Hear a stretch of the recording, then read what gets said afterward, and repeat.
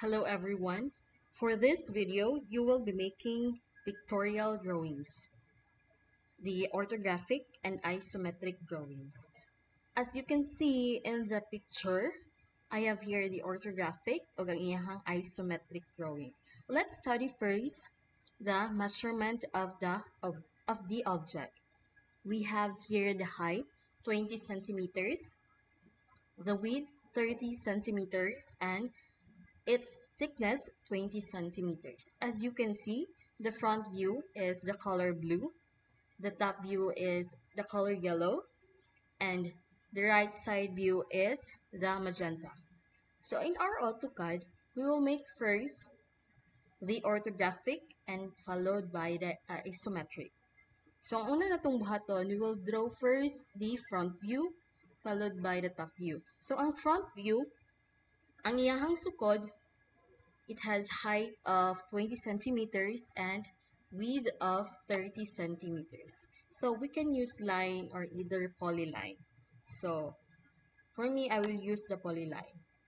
So we have the front view width 30 centimeters, the height 20 centimeters, 30 centimeters, 20 centimeters. Now we have the block of front view. Now let's proceed to the top view. But before that, we have here the space in between of top view and front view. Also, the space in between of front view and right side view. Okay, ang ihang measurement ani is, let's say, 15 centimeters. So, 15 centimeters, ay ka mag-start sa imuhang top view. Then, 15 centimeters, ay ka mag-start sa imuhang right side view. Okay, pwede lang nato na siya i-offset. Offset na og 15 centimeters.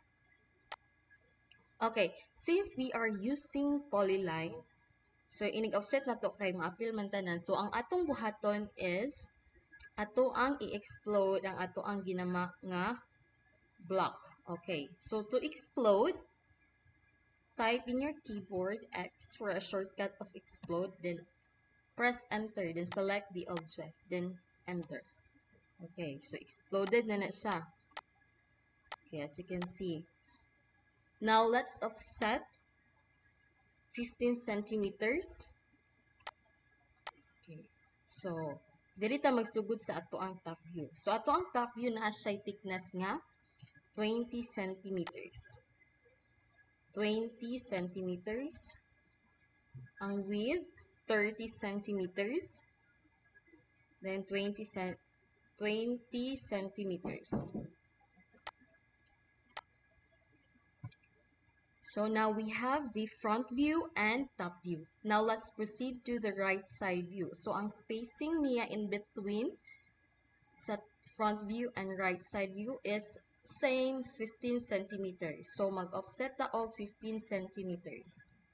Offset. Click offset, or you can type offset in your keyboard. Okay, so ang iyahang thickness is 20 centimeters. Height is 20.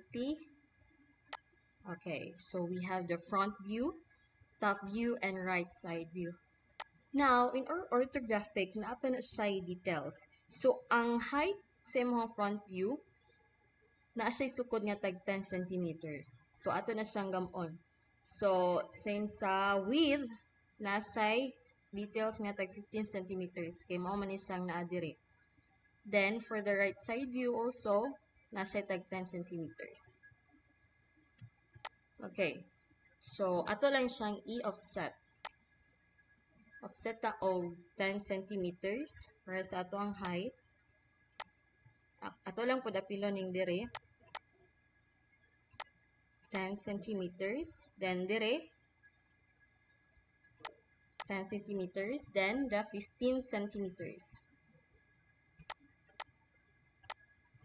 Now, let's trim the unnecessary lines. Okay.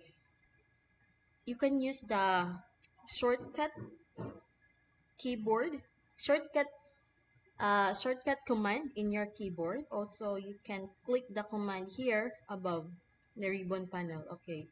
Trim, then enter.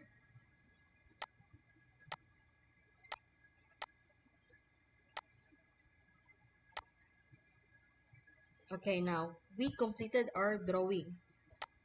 We have already the front view, top view, and right side view. Now let's proceed to the dimensions. So for the dimensions, you followed on what is given in the picture. So, ang ato ang spacing, dapat same siya. So, since we have 15 centimeters, so ang spacing niya kada dimension is tag 5 centimeters. Okay, click dimension, click linear. We will be using linear dimension. Okay, so 5 centimeters. But before that, make sure your dimension settings is set into standard. If you are using ISO, change it to standard and modify your dimension settings. Modify. Then here, uh, in the lines, change the offset from origin into 0.70. In the symbols and arrows, change the arrow size into 1.30. The text also change it to 1.30. And make sure you are using the precision of 0.00. Okay, once done, you click OK. Then don't forget to set current. Okay, set current, then close. Okay, so let's continue to put dimensions in your drawing.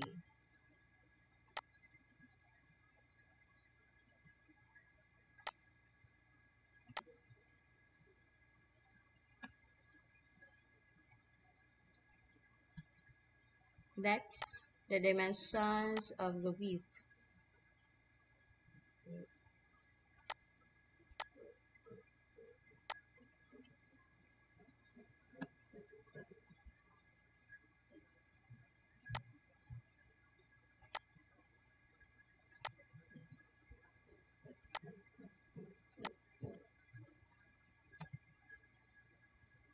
Next, the thickness.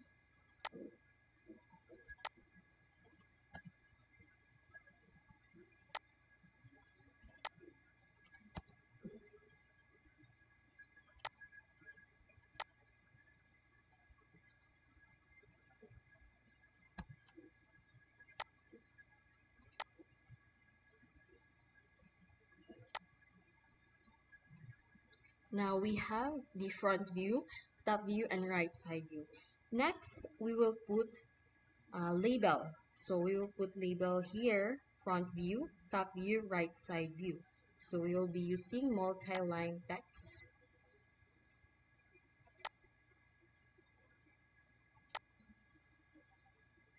Front view. You can adjust the text height. We will be using 2.00.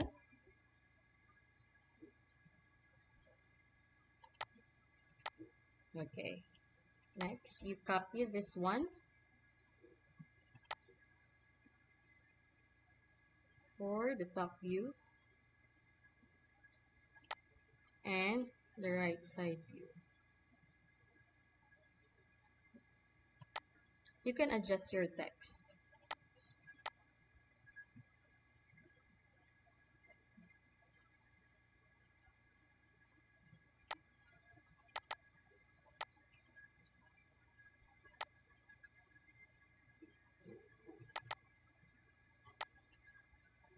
Right side view.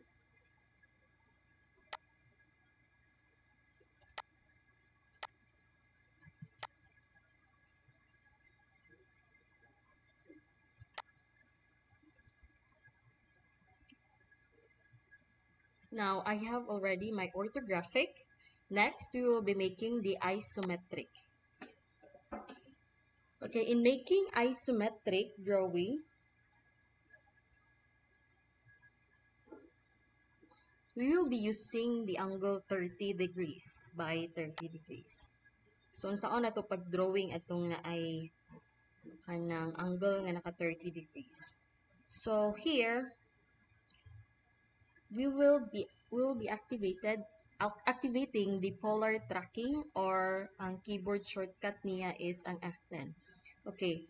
polar tracking, it creates automatic angles. So, i-click ni na gamay nga arrow, then mupili ta ani kung unsa nga angle nga mo automatic siya create. So, we will be using the 15, 30, 45, 60 degrees. Okay. So, line. Click your first point.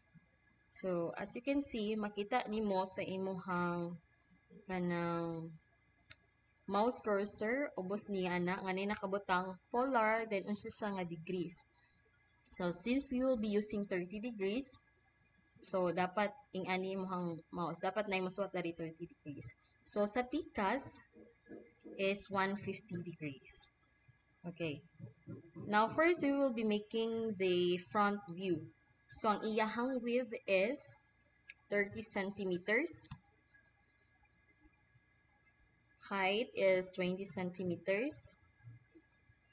Automatic na siya nga mo create siya og angle. So, ang imuha na lang is, imo siyang tan-awon kung pila ka degree ang imuhang na-create. Height is 20 centimeters. Okay, imo lang na siyang i-connect. Okay, to check, we will be using the aligned nga dimension. Kung sakto ba 30 centimeters. Okay. Kung sakto ba 20 centimeters. Okay, next is we will be making the right side view. So, for the right side view, ang iyahang thickness is 20 centimeters.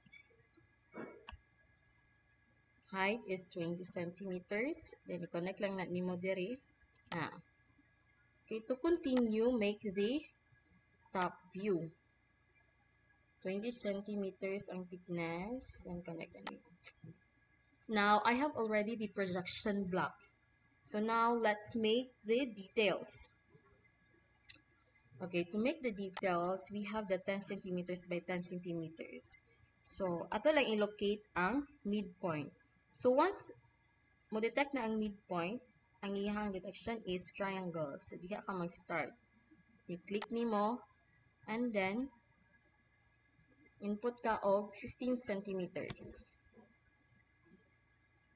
Then, sa babaw. Then, continue lang. This is 10 centimeters.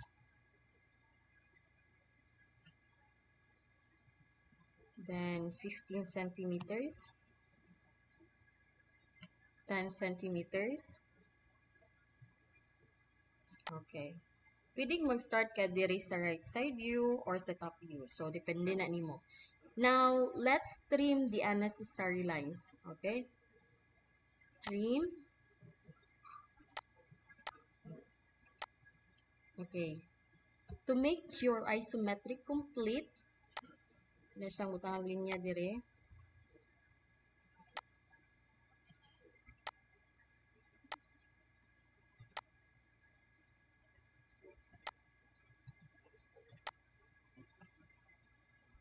Okay, now I have here already my isometric drawing. Isometric, front view, top, orthographic, front view, top view, and right side. Basically, there are 6 principal views in orthographic. That includes the left side view, bottom view, and rear view. So, sa atong activity today, we'll be making only the 3 normal views. The front view, top view, and right side view. So, no need na nga butangan ninyo og 30 degrees dire sa inyong isometric. So, don't forget to put labels. Pwede na ito ni siya inaog.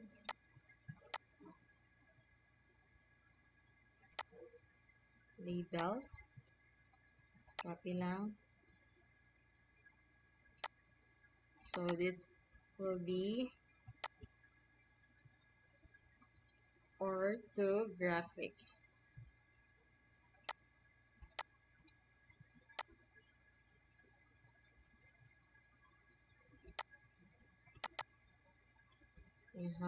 Isometric. Okay, for the last step, don't forget to write your complete name above the drawing.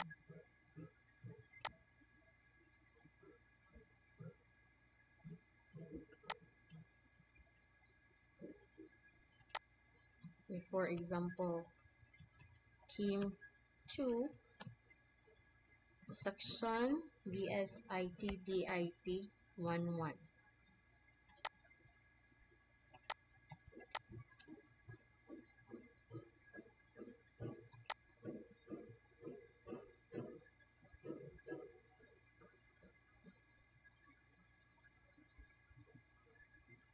Okay, that's all. Thank you.